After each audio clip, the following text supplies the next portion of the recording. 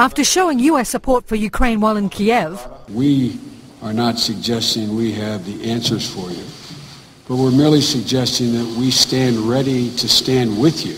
Visiting Vice President Joe Biden delivered a stark warning to Russia. But now it's time for Russia to stop talking and start acting. Act on the commitments that they made.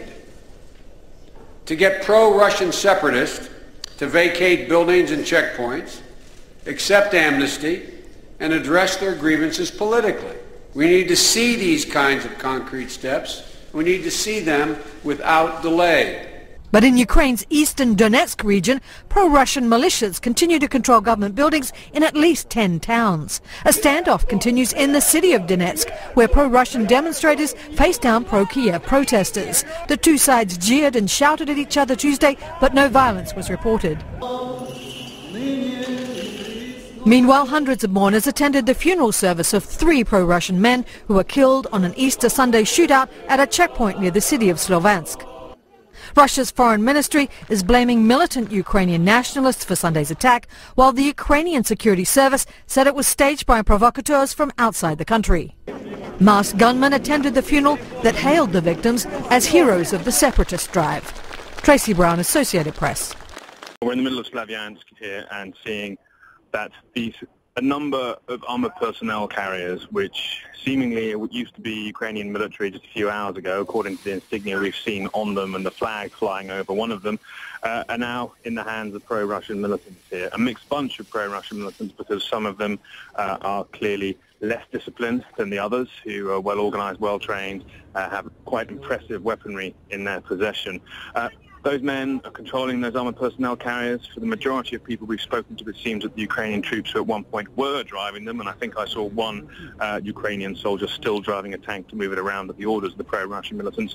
These Ukrainian soldiers haven't defected, according to the majority of people we're speaking to. In fact, they're being held in a building just behind me, and most of the militants we speak to, pro-Russian militants, say they're being fed at this point. There are suggestions there may be a statement in the future, and I can imagine the process now is now they have effectively lost control of their armour and most likely their weapons, whether they surrendered or were forced to at gunpoint. It's not entirely clear. I'm sure there must have been discussions going now about exactly where their future lies here, but it's quite a different change in atmosphere here in Sloviansk. Where we were here 2 days ago, it was entirely hostile towards the foreign press. Now we're seeing a much more relaxed environment. The pro-Russian militants, the more organised ones, running the show, telling everybody what to do, including the local mayor here, who even actually had a brief audience with some of his local people, one of whom complained that his car had been taken from him by some of the pro-Russian militants. I obviously can't confirm that, but it's a sign that the entire community here is not embracing what's happening, although the majority of people we see around these armoured vehicles are quite happy. They're taking pictures. It's a tourist attraction in some ways for those who live here. But it's really interesting in Sloviansk. While we heard yesterday that the Ukrainian security services were about to launch an anti-terror operation, as they say it, of some description in here, there is no sign of the Ukrainian military, apart from those currently, it seems, in the custody of the pro-Russian militants inside a building here. It feels as though this town has changed hands. The increased confidence of the pro-Russian militants here suggests they feel that pretty much the argument's finished. And it was interesting earlier to observe the jets and helicopters flying over Kramatorsk slightly to the south of me, still in the center of that town. There was no sign yet again of the Ukrainian military. Kiev's officials must be wondering what on earth has happened in the last few hours. The paratroopers sent here are said to be from some of their more elite units, and the state of readiness of the Ukrainian military has always been questionable, but also has perhaps their loyalty as well. We don't know what happened here, but it seems as though there are very few reports of shots fired or violence in the changing hands of these vehicles, but they're now paraded in the center of the square. I think these pro-Russian militants are very keen for the entire world to see just how easily they came into their possession. Okay, so where we are is on one of the roads to the town of Sloviansk. Sloviansk appears to be the focal point of what the Ukrainian government is calling this anti-terror operation. It is a town where pro-Russian militants and protesters have really consolidated their control in recent days, more so than other towns around here. Late yesterday we saw the Ukrainian military move in very closely to this town, taking back a nearby airfield. Where I'm standing now, there is a very heavily armed, well dug in police checkpoint. They're checking all the vehicles moving through here. The contents of the cars, and just around the corner what appears to be another Ukrainian military staging point. A large number of Ukrainian soldiers, armoured personnel carriers, and we're seeing military helicopters coming and going from this location, including attack helicopters. The question now really is, what is the intention of the Ukrainian military? Are they planning, thinking about moving in and trying to take back this town by force? Because all the noise coming from within the town is that these pro-Russian forces are prepared to fight back. And in a sign of just how complicated all of this is,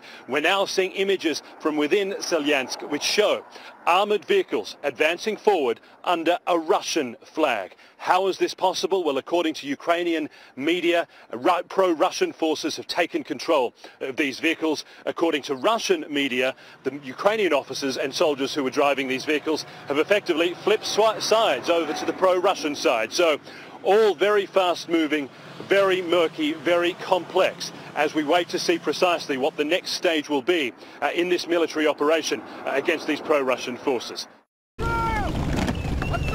Today was the day Kiev sent in troops to try to wrest back control of the east. But it didn't go well. Crowds of angry locals surrounded the soldiers and their armoured vehicles. A warning shot fired into the air failed to disperse the protesters just outside the town of Kramatorsk. A short while later, some of those same armoured vehicles are seen on a Ukrainian TV station making much faster progress, but flying a Russian flag. What happened? Were they captured, or did the soldiers defect? If soldiers are defecting, that could be a game changer, a massive boost for the separatist movement. But if they surrendered, on the other hand, what does that say about Kiev's ability to reassert its authority in the region using military means? In nearby Slavyansk, we found some of the missing armoured vehicles, now in the hands of pro-Russian militiamen. We were told not to film the government soldiers who were from a paratroop regiment based in central Ukraine. While a colleague tried to film surreptitiously, I spoke to some of the government soldiers. They told me they'd been surrounded by local residents first, then they said armed men had arrived, taken over their vehicles and driven them to Slavyansk. While we talked, I heard a militia commander order them to hand over their guns. So the Ukrainian soldiers have been put in those buses behind us and they're being bussed away. They've had their weapons taken away from them and effectively surrendered. But the excited and sometimes angry crowd believed something very different. They refused to shoot on us. Some have come over to our side. They volunteered to join our forces. The rest have been given some food and money and are going home. Outside Kramatorsk, we found the remaining government soldiers still blockaded in by local residents, unable to advance. The commanding officer told me his men had been taken prisoner, not defected. I asked him how he planned to take control of Slavyansk. What do you mean by taking control of Slavyansk? My understanding is that the local population should be able to live there in peace. He then said he hoped he and his men would soon be pulling back, withdrawing to their bases in central Ukraine. Well, the locals here are telling us that this morning when they heard about this main group of armoured vehicles rumbling into town, they came out immediately and stopped them in their tracks. Now, these soldiers clearly haven't been captured, safety in numbers perhaps, but the commanders just told me they're about to withdraw. In Kiev, an inexperienced new government is coming under immense pressure to bring the situation in the east under control. It's not exactly clear what the Ukrainian military wanted to achieve today. What is clear is that this approach doesn't appear to be working.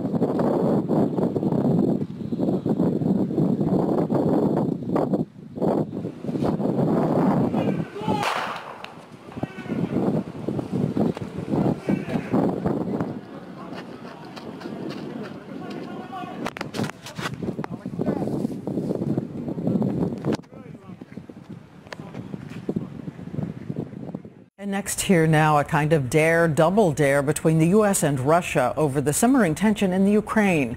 Tonight, those U.S. paratroopers have landed in Poland, a show of force that was not lost on Russia. And ABC's Alex Marquardt is on the ground with what is new tonight. A show of force as American paratroopers arrived today in Poland. A clear message to Moscow, which responded today saying it's ready to react militarily if its interests are attacked in Ukraine. Russian citizens being attacked is an attack against the Russian Federation. Ukraine says it's relaunching its anti-terrorism operation, the so far unsuccessful attempt to quash unrest sweeping eastern Ukraine, where pro-Russian forces have seized government buildings, even towns. As tensions rise, so have the number of threats against foreign journalists. These troops await... American Simon Ostrovsky, a reporter for Vice News, has been detained for 2 days. Today, we went to see the man now holding Ostrovsky. He was giving incorrect, one-sided information, the mayor told us, adding that Ostrovsky needs to be taught a lesson. Is he being treated well? Do you plan to release him soon? He feels fine. We're feeding him well, he said. Nothing unpleasant is happening to him. The mayor assured us that Ostrovsky would eventually be released. Tonight, the United States is calling on Russia to use its influence with those pro-Russia groups to get him and other detainees out. But so far, no sign of his ordeal ending anytime soon. Ukraine's armed forces are attempting to pinch off rebel supply lines into the tense city of Slavyansk. They briefly overran a pro-Russian military checkpoint, menacing the city's outskirts with armoured vehicles. One person is believed to have been killed not far from here, and Kiev says 4 more died in other clashes. This man was on the spot when the army came and says he knew one of the dead militants. In the morning, our guys were on the way home and they were gunned down. Soon after, a few military vehicles came out to this roadblock. The extremists are expecting a bigger attack to come soon. The Ukrainian government calls these people terrorists. Well, they're not, because they haven't actually committed any acts of terror, not yet. But they are separatists. They do want to carve away the east of the country and establish a nation that they call New Russia. And they're getting a lot of support for that from Moscow. Russia's media is calling this the start of a civil war, and Moscow has mobilized troops just across the border. Russia's foreign minister says that Washington can no longer freeze his country out when it comes to Ukraine.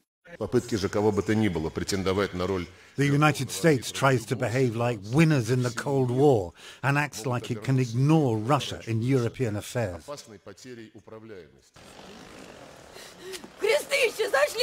This woman is screaming that Russian sympathizers are being shot on their doorsteps. Her cries play into Moscow's threat to invade Ukraine to protect its Russian-speaking population. Ukraine's military moves come amid claims of bloodletting on both sides. An American journalist is still being held by pro-Russian militants, and Ukrainian troops were mobilized after the alleged murder of Volodymyr Rybak, last seen being led away by separatist militants.